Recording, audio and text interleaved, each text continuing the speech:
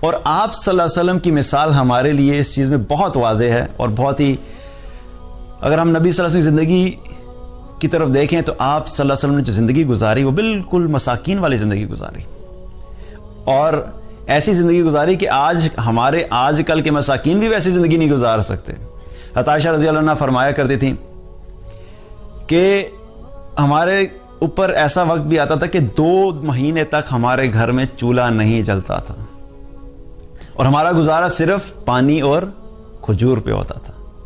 چولہا تو اس وقت جلے گا نا کہ کوئی ایسی چیز ہوگی جو پکانے والی ہوگی۔ چولہا ہم کس لیے چلاتے ہیں؟ دال بنانی ہے، گوشت بنانا ہے، سبزی بنانی ہے، سالن بنانا ہے، روٹی پکانی ہے، اسی لیے چولہا چاہیے۔ جب آپ کے پاس بنانے والا کوئی سامان ہی نہیں ہے تو چولہا کیسے جلے گا؟ تو اس سے کیا پتہ لگتا ہے 2 مہینے تک نبی صلی اللہ علیہ وسلم کے گھر میں کوئی ایسا سامان ہی نہیں ہوتا تھا کہ جو چولہا جلایا جائے، جس کو بنایا جائے۔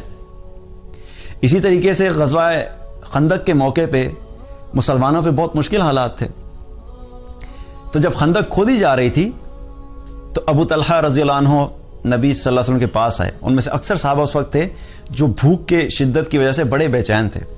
تو ابو طلحہ رضی اللہ عنہ نبی صلی اللہ علیہ وسلم کے پاس آئے اور آ کر اپنا کپڑا اٹھایا۔ یوں جب کپڑا اٹھایا تو انہوں نے اپنے پیٹ کے اوپر ایک پتھر باندھا ہوا تھا۔ جب شدید بھوک کی کیفیت ہوتی ہے تو کیا ہوتا ہے؟ پیٹ میں کیا ہوتا ہے؟ درد ہونا شروع ہو جاتا ہے۔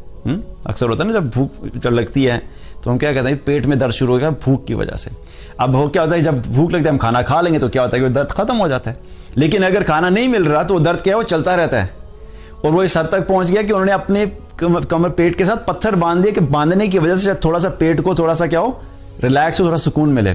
تو ابو طلحہ رضی اللہ عنہ نے کپڑا اٹھایا تو دیکھا ایک پتھر باندھا ہوا تھا۔ نبی صلی اللہ علیہ وسلم کو دکھایا کہ انہوں نے پیٹ پہ ایک پتھر باندھا ہوا ہے۔ تو جب آپ صلی اللہ علیہ وسلم نے ان کو دیکھا تو آپ صلی اللہ علیہ وسلم نے اپنا کپڑا اٹھایا۔ جب آپ نے اپنا کپڑا اٹھایا تو نبی صلی اللہ علیہ وسلم نے 2 پتھر باندھے ہوئے تھے، کہ یہ بتا رہے تھے کہ تمہیں بھوک لگی ہے، میں بھی بھوکا ہوں، صرف تم لوگ بھوکے نہیں ہو، میں بھی بھوکا ہوں۔ لیکن کیا تھا؟ اپنی اس بھوک کا اور اپنی اس سچویشن کا کسی کے ساتھ ذکر نہیں کیا۔ تو نبی صلی اللہ علیہ وسلم نے خود کیا مساکین والی زندگی گزاری۔ اور آپ صلی اللہ علیہ وسلم ایک مرتبہ اپنے گھر میں سو رہے تھے، اور سونے کا بستر کیا تھا؟ ٹاٹ پہ سویا کرتے تھے۔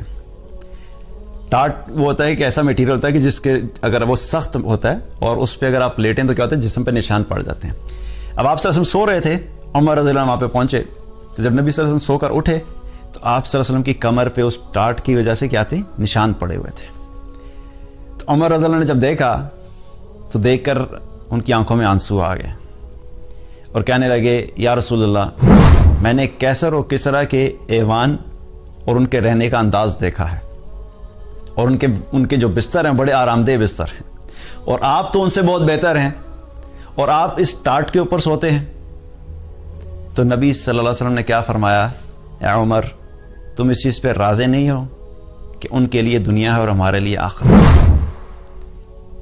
ہم لوگ تو اتنے نرم بستروں پہ بیٹھ کے بھی ہمیں کیا ہوتا ہے؟ سو کے ان بستروں پہ بیٹھتے ہیں، سوتے ہیں، اس کے باوجود کیا کرتے ہیں؟ اس میں بھی ہمیں کچھ نہ کچھ پرابلمز نظر آتے ہیں کہ نہیں، اس طرح نہیں ہونا چاہیے، ایسا ہونا چاہیے، یہ زیادہ کمفرٹیبل نہیں، یہ زیادہ کمفرٹیبل ہے۔ آپ صلی اللہ علیہ وسلم ٹاٹ پہ سوئے ہیں اور کہہ رہے ہیں کہ کیا تم اس چیز پہ راضی نہیں ہو کہ ان کے لیے دنیا ہے اور ہمارے لیے آخرت ہے؟